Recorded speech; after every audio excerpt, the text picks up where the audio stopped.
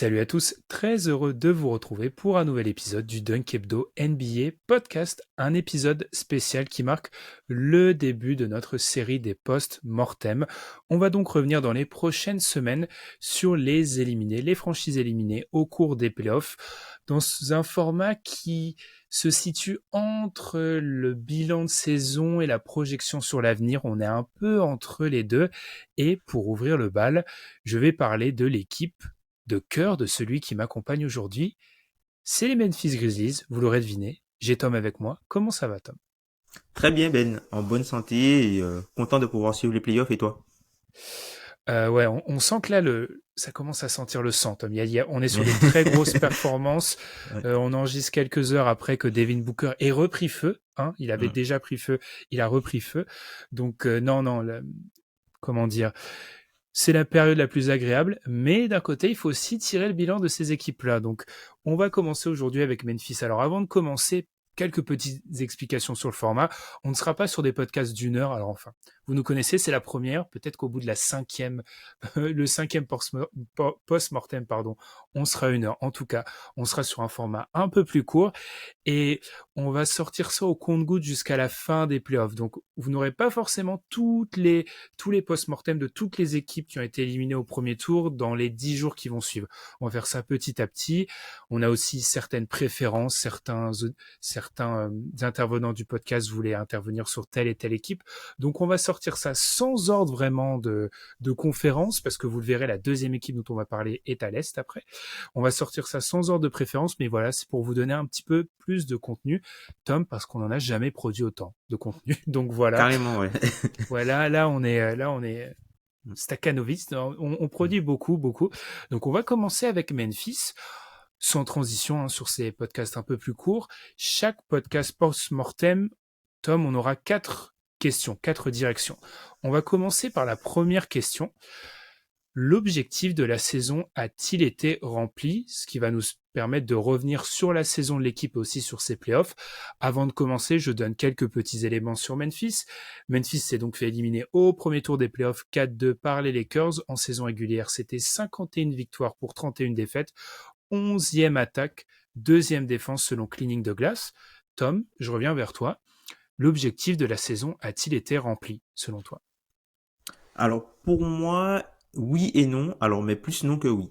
Alors je pense que il n'a pas été rempli dans le sens où comme c'était une équipe qui était en pleine progression depuis la draft de Ja Morant, c'est-à-dire que première année le premier play-in face à Portland dans la bulle, deuxième année victoire au play-in du coup face aux Warriors et premier play-off face au Jazz. Troisième année, avantage du terrain et un tour passé plus une série, on va dire plutôt disputée face aux Warriors. Et puis ben là, tu t'attendais à ce qui était, enfin, l'objectif logique aurait été passer 2 tours de playoff et aller en finale de conférence. Ce qui n'a pas été le cas. Donc du coup, on peut dire que d'un point de vue objectif et progression chiffrée, Mhm. c'est pas là. Par contre, je trouve que globalement, de point de vue construction d'équipe, l'équipe a aujourd'hui totalement identifié ses numéros 1, 2 et 3. Et là, c'est limite dans la construction d'un groupe de jeunes, c'est limite le plus difficile. Et là, tu sais que tu as un gros initiateur offensif en la personne de Ja Morant, tu as un shooter élite sur le backcourt qui est aussi un two-way player en la personne de Desmond Bain, et tu as un candidat au titre de défenseur de l'année, limite chaque année. Donc, de ce côté-là, c'est rempli pour l'identification. Mais par contre, d'un point de vue progression par rapport à ce qu'on a vu l'an dernier, on peut dire que la saison est un peu ratée. Est-ce que l'identification n'avait pas déjà été faite en partie la saison dernière, Tom? Euh, Globalement, non, dans le sens où aujourd'hui, par exemple, tu peux clairement te dire que Desmond Bain, c'est un numéro 2 offensif sur le backcourt. Là où tu pouvais avoir quelques doutes l'an dernier, c'est-à-dire que c'est quelqu'un qui a beaucoup progressé balle en main. Ce n'est pas qu'un simple shooter, c'est quelqu'un qui arrive à se créer des possessions, notamment en transition seul. C'est quelqu'un aussi qui arrive à se générer un maximum d'attaques seul. On l'a vu totalement libéré en début de saison avant de sa blessure à l'orteil, où du coup Jaren Jackson n'était pas là, c'est lui qui avait repris une grosse partie de l'attaque. Et du côté de Jaren Jackson Jr., il y avait encore cette problématique de santé, cette problématique de faute et cette problématique de pic de performance qu'il pouvait atteindre. et la déception qu'il y avait au niveau offensif. Et on a vu à la fin de la saison dernière que c'est quelqu'un qui offensivement a beaucoup évolué, notamment avec l'absence de Ja Morant, et qui a pu développer un jeu aussi avec Desmond Bane. Et au niveau défensif, c'est quelqu'un qui commence vraiment à toucher du doigt le potentiel qu'on lui prêtait au niveau de sa draft. Je vois, c'est plutôt au niveau du niveau des joueurs plutôt que de leur projection. Parce qu'au niveau C'est de ça. projection de rôle, on pouvait imaginer ça il y a un an, mais là, effectivement, ça s'est concrétisé. Alors, bien évidemment, quand on fait un podcast Memphis avec Tom, on essaye de muscler son jeu parce qu'on a quand même face à nous le spécialiste européen des Oh là Grizzlies. là. Euh, Moi, Tom, en fait, je suis embêté parce que je comprends tout ce que tu m'as dit, mais l'objectif de la saison a-t-il été rempli? Je pense. Alors, je vais pas faire référence aux interviews de Jack, etc. Il y aura toute une partie sur le côté Hors enfantin, terrain. peut-être Hors des terrain. Grizzlies, etc. On va en parler. Oui. Sur l'objectif terrain, tu termines ta deuxième saison à plus de 50 victoires, tu continues à t'affirmer comme une des places fortes en saison régulière à l'Ouest. Alors je comprends, il y a eu l'absence, on va revenir, de Steven Adams qui a pesé clairement sur ta campagne de playoff. Clark aussi, ouais. De Brandon Clark, donc ce qui fait que ton secteur intérieur était quand même largement diminué, voire pratiquement absent sur certains points. Face aux Lakers, le match-up était pas le bon sur ce point-là. Mais moi, je dirais je mettrais incomplet quand même au terme de l'objectif de la saison parce que malgré ces blessures, tu avais pas un devoir, mais tu devais peut-être continuer cette progression-là, même si une progression doit jamais être linéaire. Et je pense que se faire sortir par les Lakers, qui sont, alors certes, peut-être un faux 7, mais pas non plus une arme de guerre au 7, il y a une petite déception. Et moi, on peut continuer là-dessus, Tom, mais moi, c'est surtout certains problèmes qui m'inquiètent, c'est qu'ils sont toujours là. L'équipe sur demi-terrain n'est toujours pas très bonne en attaque. Euh, c'est la pire attaque sur demi-terrain de la saison des playoffs. Des playoffs, ouais. C'était déjà pas une bonne équipe sur demi-terrain et je me demande en fait si en l'état le roster est vraiment sans griller prochaine question, si en fait on n'est pas arrivé déjà aux limites de ce roster construit ainsi en fait. Du coup, pour répondre à ta question, je trouve que oui, là, l'équipe est arrivée quand même à un plafond, en fait, comme de la façon dont elle est constituée aujourd'hui, puisque on l'a vu encore dans ces playoffs. Et si tu as des ambitions, tu ne peux pas te ramener avec un effectif aussi jeune. Voilà, Memphis, c'est une équipe elle fait partie du top 5 en fait des équipes des plus jeunes cette saison. Et quand tu regardes autour, ben, c'est la seule équipe qui a fait la possible. Si on compte pas le play-in, puisque OKC est au play-in, mais qui a joué les playoffs, c'est l'équipe la plus jeune. Et globalement, c'est une équipe qui a eu pas mal de discontinuité, en fait, puisque quand tu regardes au final, le line-up de Memphis qui a joué le plus de possessions, il en a joué 346. Et quand tu regardes les deuxième et troisième, ils en ont joué à peu près 300 aussi. Et dans le premier, tu as John Conchar, quelqu'un qui ne doit pas être dans ton line-up qui a joué le plus. Et dans le deuxième et le troisième, tu as Xavier Tillman en pivot. Donc, qui sont pas des joueurs normalement que tu devrais retrouver, parce que ce sont des joueurs qui sont, par exemple, dans l'année dernière, ce sont des joueurs qui étaient hors rotation. Donc, du coup, c'est vrai que tu peux te poser la question de non seulement la profondeur de l'effectif, mais aussi la notion de discontinuité. Et est-ce que du coup, l'anomalie, c'est pas que l'équipe est super formée en saison régulière, puisque quand on regardait généralement les rankings d'avant-saison et même à Vegas, hein, Memphis faisait partie des équipes qui étaient, par exemple, entre la sixième et entre la sixième place et le play-in. Et le fait d'avoir gagné plus de 50 matchs a changé un peu les attentes qu'il y avait sur le roster, sans forcément que ce roster change. Donc, je suis d'accord avec toi, c'est beaucoup trop court pour avoir les ambitions, par exemple, d'une finale de conférence.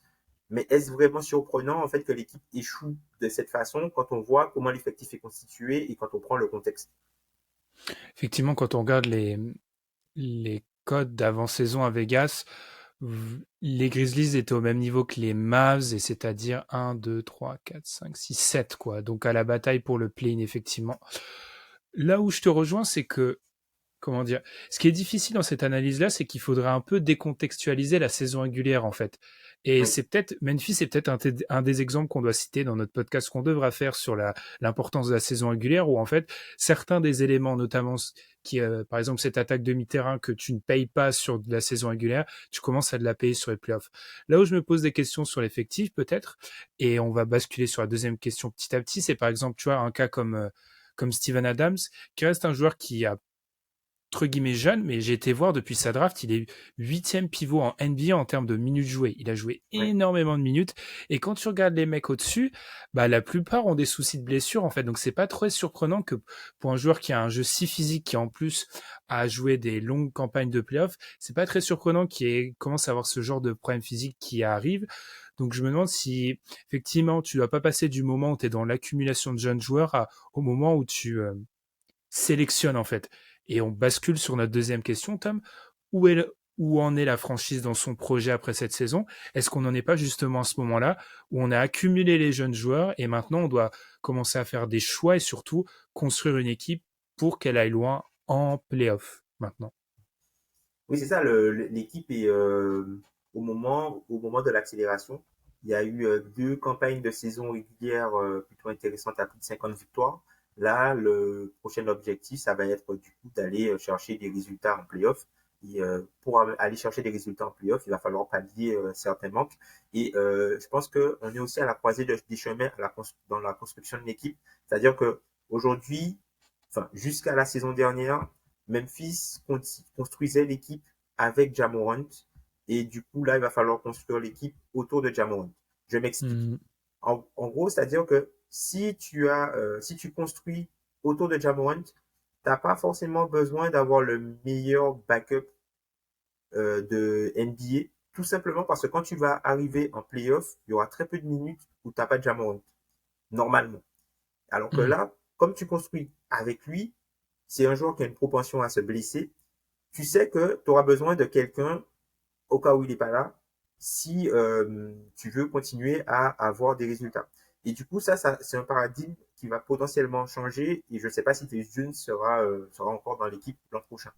Autre chose qui va changer, c'est ce fameux ailier là, le fameux poste 3 recherché. Et en fait, le truc c'est que depuis la draft de Ja Morant, c'est un poste sur lequel il y a eu des tentatives. Au début, c'était Jake Crowder. Ensuite, il y a eu le fameux transfert pour Justice Winslow. Ensuite, il y a eu la draft de Zaire Williams. Ensuite, il y a eu la draft de David Roddy. Puis, et tu as quand même Dylan Brooks qui est resté sur ce poste-là. Et d'ailleurs, Dylan Brooks, qui est le joueur de Memphis qui a joué le plus de minutes cette saison et qui a plus de 500 minutes de plus que le deuxième joueur qui a joué le plus de minutes. Donc, c'est pour te dire. Et après, on connaît le front office de Memphis. On en parlera peut-être après qu'on parlera, si on évoque par exemple Dylan Brooks. Le front office de Memphis, pour empêcher Taylor Jenkins de mettre des joueurs sur le terrain, il les transfère. Lors de sa saison rookie, Desmond Bain était derrière Grayson Allen. Grayson Allen avait la confiance de Taylor Jenkins. Pour que Desmond Bain ait des minutes, ils ont transféré Grayson Allen. Taylor Jenkins n'avait plus le choix. Donc je pense que c'est quelque chose qui va aussi se passer, mais c'est vrai qu'il y a besoin, comme tu dis, de peut-être rendre un peu plus vieux l'effectif pour coller aux ambitions de la franchise et aussi trouver en fait ce fameux joueur au poste 3, quoi, le quatrième voire cinquième joueur qui compléterait le ça. Parce qu'on est d'accord là, Tom, si on continue sur cette question de moment dans le projet, est-ce qu'on est aussi arrivé au moment où on ne considère plus Memphis comme une jeune équipe? C'est-à-dire que pour moi, il y a cette différence entre l'âge, et pour moi, Boston est toujours le meilleur exemple dans ce cas-là, entre l'âge, L'âge et l'expérience. l'âge et l'expérience, en fait, où on sera face à une équipe qui entamera une troisième saison, qui peut-être, on te le souhaite, atteindra peut-être 3 fois de suite les 50 victoires ou s'en rapprochera. Il y a un moment où c'est peut-être plus le qualificatif jeune qu'il faut mettre en avant, mais c'est peut-être une équipe talentueuse et donc du coup, on se situe dans le moment du projet où le coup d'accélérateur dont on parle souvent, on commence à y penser. C'est ça. On ouvre, j'irais jusqu'à dire, est-ce qu'on est au moment où on ouvre un chapitre, c'est un nouveau chapitre la saison prochaine? Oui, clairement. Et je trouve que à la différence de peut-être certaines équipes et d'une équipe qu'on parlera après, tu vas appuyer sur l'accélérateur en ayant des certitudes, en tout cas sur le terrain. Hmm. C'est-à-dire que tu as déjà un top 3 identifié et tu vas appuyer sur l'accélérateur pour compléter ce top 3-là. Tu vas pas aller chercher un joueur qui devra faire partie de ton top 3 pour que ton équipe s'améliore. Surtout que le top 3 est, d'un point de vue terrain, tu as ton porteur de balle qui est quasi héliocentré, et c'est peut-être une partie du problème si Jay est à ce point héliocentré sans avoir encore Surtout en le playoff. pull-up. Ouais. Ouais, sans avoir le pull-up, c'est peut-être ça une partie du problème. Tu as ton intérieur défenseur DPI, potentiel candidat année après année s'il est en bonne santé, et tu as ton troisième scoreur. Donc effectivement, c'est une base saine sur laquelle s'appuyer. Tom, du coup, avançons. Quel changement, troisième question, quel changement à court terme pour valider cet objectif ou s'y en rapprocher, du coup, de l'objectif de passer un nouveau chapitre, du coup, celui qu'on vient d'établir. Tom, j'ai écrit dans ma petite partie préparation le trade pour un 3&D, point d'interrogation, et je rigole. Du coup, Tom, est-ce que c'est ça? Est-ce que c'est ça dont tout le monde nous parle, le fameux trade pour un 3&D à coup de 4 premiers tours de draft? Est-ce que c'est ça la suite? Bah, je pense que c'est ce qui va être, entre guillemets, ce qui est le plus facilement identifiable, puisque c'est le Hmm. plus gros manque de l'équipe. Après, tu peux avoir un changement de paradigme. Par exemple, aujourd'hui, tu as, par exemple, un gars comme Tyus Jones en backup meneur, qui est en gros un deuxième général qui va alimenter en fait tous les autres joueurs de la seconde unité. Par rapport, on en parle souvent au côté niveau workplay. Peut-être que l'option serait de passer sur un joueur un petit peu plus explosif, un peu pétard ambulant pour quelqu'un qui met des points, quoi. Tu vois, en seconde unité, généralement, tu as soit le meneur backup classique qui fait jouer tous les autres role players qui sont des joueurs qui ne peuvent pas se créer leur tir, ou sinon, tu as le feu follet qui peut prendre feu et qui peut jouer avec le sein. C'est vrai que par rapport à cette question du 3&D, faut aussi noter que quand tu fais ce fameux coup d'accélérateur, il y a aussi, comment dire, et on sait que du côté de Memphis, ça a été le focus de drafter des joueurs et de les faire progresser. Une fois que tu appuies sur le coup d'accélérateur, c'est pas que tu mets un coup d'arrêt, mais en fait, la progression des jeunes joueurs sera beaucoup plus difficile parce que tu es dans un objectif de résultat. Donc, le coach Mm. sera plus sévère dans ses rotations, etc. Donc, c'est là où, d'un côté, je suis d'accord, cet investissement pose question parce que tout le monde pense, il y a 4 équipes qui pensent au même profil en fait. Memphis a l'avantage d'avoir peut-être plus d'assets parce que c'est une des rares équipes du sommet de l'Ouest qui a rien balancé en fait pour l'instant, qui n'a pas une partie de son avenir qui est déjà chez une autre équipe. Après, moi, la question, c'est juste au niveau de le côté impact joueur et le côté dépense. C'est-à-dire qu'en fait, si on regarde certains des noms, alors on fera le post-mortem Nets. Est-ce que les Nets vont se débarrasser de Michael Bridges? Ça sera peut-être une des plus grandes questions de la saison. Même si on regarde un OG Anunoby, qui est un joueur que j'appréciais, j'utilise un parfait avant. Si le prix pour OG Anunoby, c'est 3 premiers tours de draft ou 4, pour moi, c'est totalement disproportionné en fait vis-à-vis de l'impact qu'il a. Je sais pas toi, mais si c'est ça la route vers laquelle, ou en tout cas l'option vers laquelle pourrait pencher Memphis, je suis tout sauf convaincu en fait. Moi, je privilégierais plutôt un joueur peut-être calibre moins fort sur l'instant, mais te dire toujours qu'en gros, il faut juste qu'on construise l'effectif. En gros, pour moi, là où Memphis, la situation est un peu difficile, c'est qu'il faut un coup d'accélérateur, mais je ne sais pas si c'est le moment du all-in, en fait. Il y a cette nuance-là qui est très importante, je pense. Après, plus que le moment du all-in, c'est sur quoi tu fais all-in aussi. C'est ça Mmh. aussi, hein. Tu vois, enfin, globalement, tu vois, as parlé d'un gars comme OG Anunoby.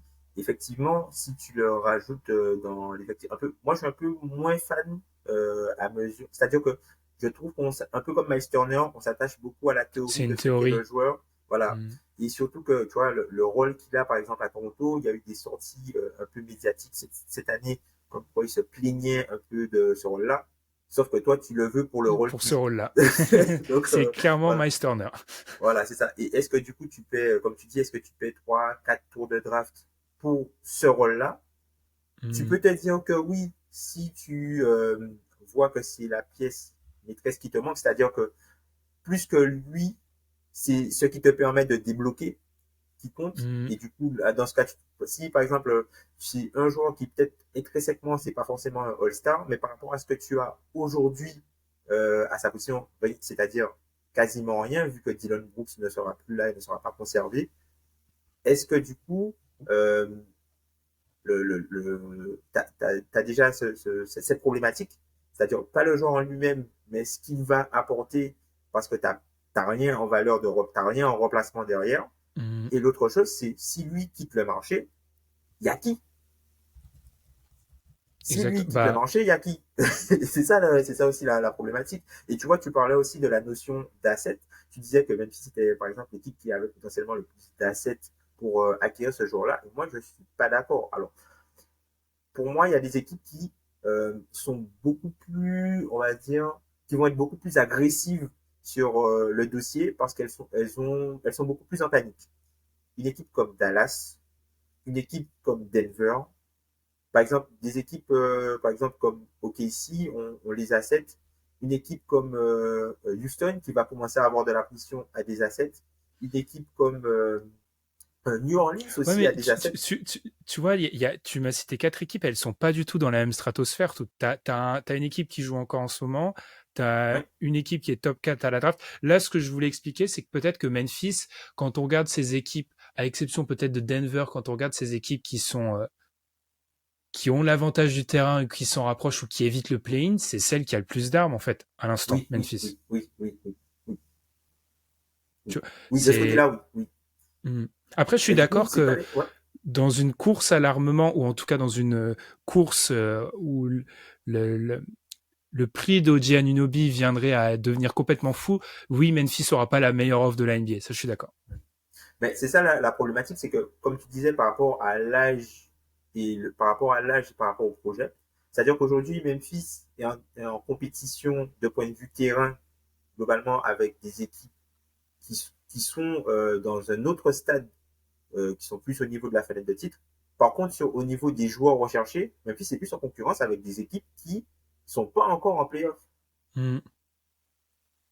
Et ces équipes-là, et ce sont ces équipes-là qui ont le plus d'assets. Mm.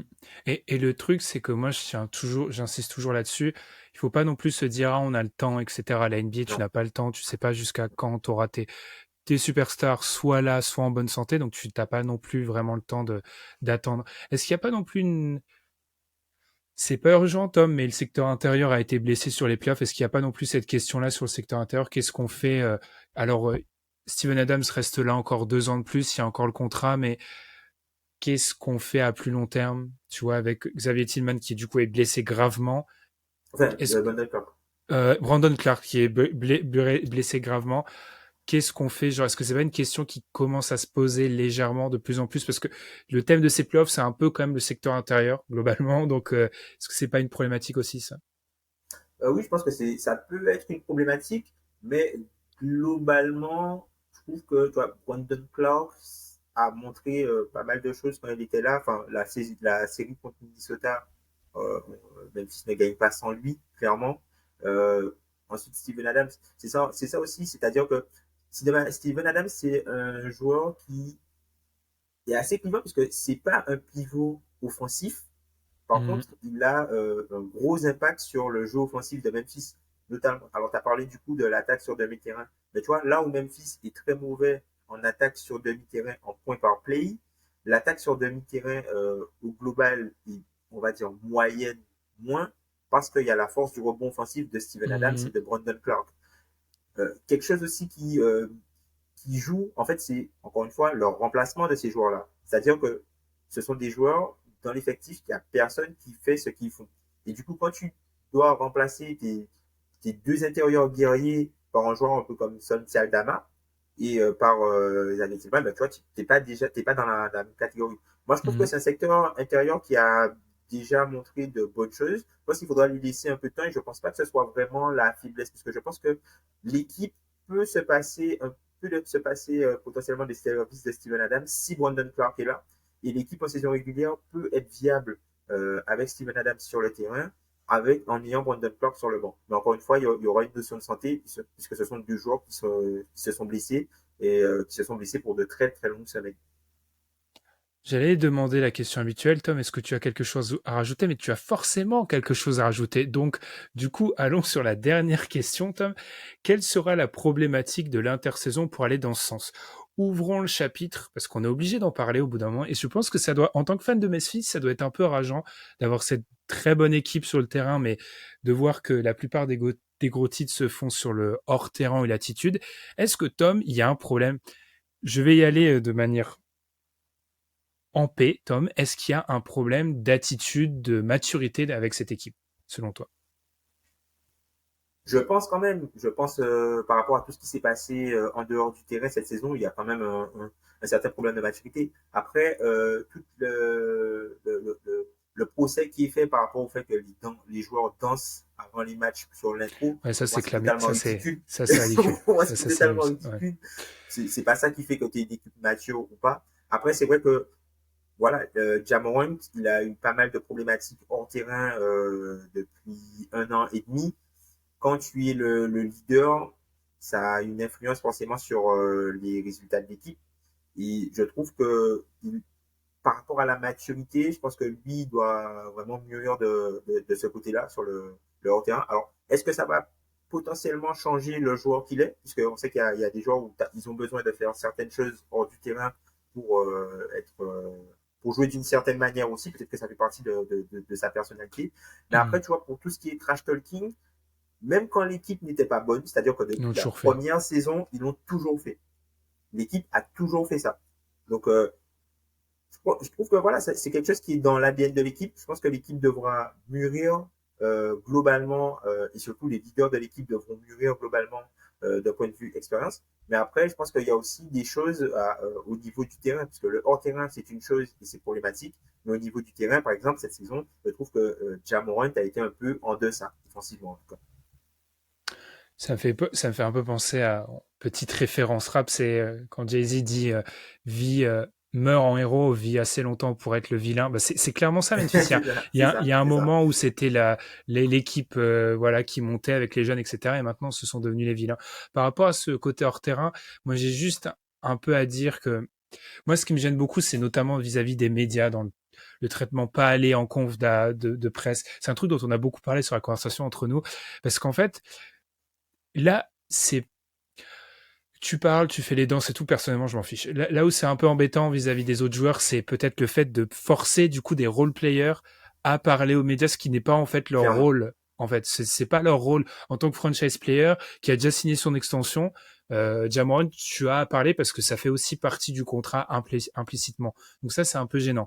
Après, je pense que ils peuvent s'en sortir des équipes qu'on a jugées arrogantes. Il y en a eu un paquet. Je pense qu'ils peuvent clairement s'en sortir. Le truc, il faut juste que, comment dire, il faut pas que ça devienne trop une distraction pour cette équipe en fait. Et je pense qu'on est peut-être arrivé au moment où c'est une distraction. Après, il y a aussi ce, comment dire, encore une fois, et c'est un peu ce paradoxe avec Memphis qu'on met en avant depuis le début, c'est qu'en fait, bah, ce serait une équipe qui serait 10e à l'Ouest sans ambition, on serait peut-être moins regardant, mais là, vu qu'on a on a les 2 saisons à 50 victoires, on se dit peut-être, ah, ils doivent se comporter comme une équipe. Enfin, je voyais certaines comparaisons, je sais pas, par exemple, avec les Nuggets qui étaient numéro 1 à l'Ouest, sauf qu'en fait, tous les joueurs des Nuggets sont genre 4-50 plus minimum. Donc, en fait, ils sont Ouais. pas dans le même, ah, C'est dans pas le le même même paradigme. ouais, Ils c'est sont pas pas le dans le même, même espace. ils sont pas dans le même espace mental en fait, toutes ces Ouais. équipes-là. Donc c'est pour ça que c'est difficilement comparable, mais effectivement pour moi ça doit évoluer et c'est pour ça on avait fait le podcast là-dessus. Ça doit aussi évoluer avec le coach. Je pense aussi, moi je pense qu'il a une part de responsabilité, Taylor Jenkins, et il doit Clairement. aussi imposer plus sa patte. Je sais que c'est des lieux communs, mais je pense qu'il est en faute un peu aussi également là-dessus. Enfin, globalement, ça a été une saison qui a été finie de manière très décevante. Tu repars et tu reconquéris l'avantage du terrain reconquérir l'avantage du terrain l'année prochaine, je pense, tout simplement. Mais globalement, le front office a aussi admis des erreurs, hein, puisque dans les interviews, les exit interviews de fin de saison, ils ont admis que, notamment Zach Kleiman, le GM, a admis que le fait de je sais pas s'il y a un mot en français pour ça, mais triple down on youth, c'est-à-dire d'encore ajouter de la jeunesse à ce roster, c'était pas forcément la meilleure chose à faire par rapport à ce qu'ils avaient réalisé la saison dernière, et de se passer par exemple de joueurs comme Kyle Anderson et Duncan Delton. Par exemple, tu vois, quand on prend globalement les contenders, il y a un truc qu'on aime souvent regarder chez les contenders ou les équipes qui jouent le haut tableau, c'est l'utilisation de la mid-level exception. Mhm. Globalement, c'est la seule arme qui est à leur disposition pour améliorer leur effectif. Cette saison, la mid-level exception de Memphis a été utilisée pour signer des joueurs au contrat rookie et pour signer, par exemple, Kennedy Chandler, qui était le 35e choix, qui n'est aujourd'hui plus dans l'effectif. C'est un C'est à ça symbole. qu'a servi la mid-level exception de Memphis. Là où, par exemple, une équipe comme Denver a utilisé sa mid-level sur Bruce Brown, tu vois, où tu as, Mhm. comment ça s'appelle, les Celtics, ils l'ont utilisé sur Gallinari ou des choses comme ça. Mhm. Des joueurs que tu vois déjà comme potentiellement utiles sur un run de playoff, etc. Ce qui est peut-être pas la réflexion à Memphis à l'instant. C'est ça. C'est ce que je peux comprendre parfaitement. Pour moi, ça peut s'inscrire là-dedans où t'as raison sur ce genre de petits détails où le fait, je sais pas, de prévoir un très fort backup pivot sur du small ball, etc. C'est des trucs, c'est des réflexions que Memphis aurait pu avoir, mais c'est des réflexions. Il y a des petits détails qu'on voit année après année que les équipes qui ne sont pas préparées ou qui ne sont pas encore armées pour être aller loin en playoff n'ont peut-être pas préparé, effectivement. C'est ça. Je voulais répondre quelque chose et j'aurais dû le noter parce que je l'ai oublié, Tom, par rapport à ce que tu viens de dire, par rapport aux équipes jeunes, pas surarmées, etc. Ah, ça m'embête parce que au moment où je vais appuyer sur stop, ça va revenir. Est-ce que tu as quelque chose à rajouter, Tom, du coup? Ben, toi, c'est quoi ton avis du coup sur le futur de Memphis et est-ce que du coup Ah, cette j'ai saison t'a retrouvé. refroidi? Non, pas petit mot méchant, mais il y avait un côté premier de la classe du front office de Memphis avec beaucoup de mecs analytiques, etc. Ah, Tom Ouais. Dodlin. Donc, il y a un petit côté, il y avait un petit côté, une période, en gros, on est un peu plus fort que tout le monde, on sélectionne bien, etc. Et je dois vous avouer que petit Schadenfreude, je suis content que, du coup, il y a un mini échec, parce que pour prouver qu'en fait, il n'y a pas de mecs plus, il y a peut-être des front office plus intelligents, mais il n'y a pas de, il y a pas de carte mystère, en fait. Il y a, au bout d'un moment, c'est de l'humain aussi, etc. Première chose. Même si là, des lieux communs qui même moi m'énerveraient si j'avais à les entendre dans un podcast. Par rapport à Memphis, je vais mettre ça sur le coup de la saison un peu catastrophe, où il y a les problèmes hors terrain, il y a les blessures au mauvais moment, mais je pense que tu peux pas non plus, en tant que front office, il doit y avoir des changements cette intersaison et tu peux pas redémarrer l'année prochaine comme ça. Je pense que ce que je t'ai amené un peu à dire, c'est la fin d'un chapitre, on ouvre le chapitre, peut-être pas favori pour le titre, mais pretender. Tu vois, cette petite Oui. nuance que Oui. mettent les Américains, en gros, tu dois être une équipe qui peut se qualifier de manière crédible pour les finales de conf à partir de la saison prochaine, je pense. C'est là où se situe ton destin, tout simplement. Tout à fait Eh bien, d'accord.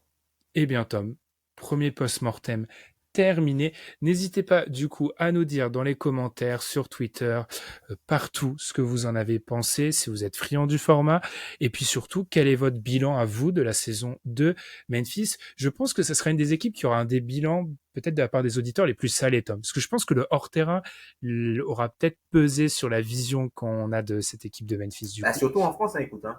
Surtout en France, après, t'avais la coupe des Jamorant Final de West en janvier Mmh. qui était ressortie en France à toutes les sauces. Donc oui, oui, je pense que ce sera pas étonnant, mais au final, voilà, l'équipe va continuer à avancer.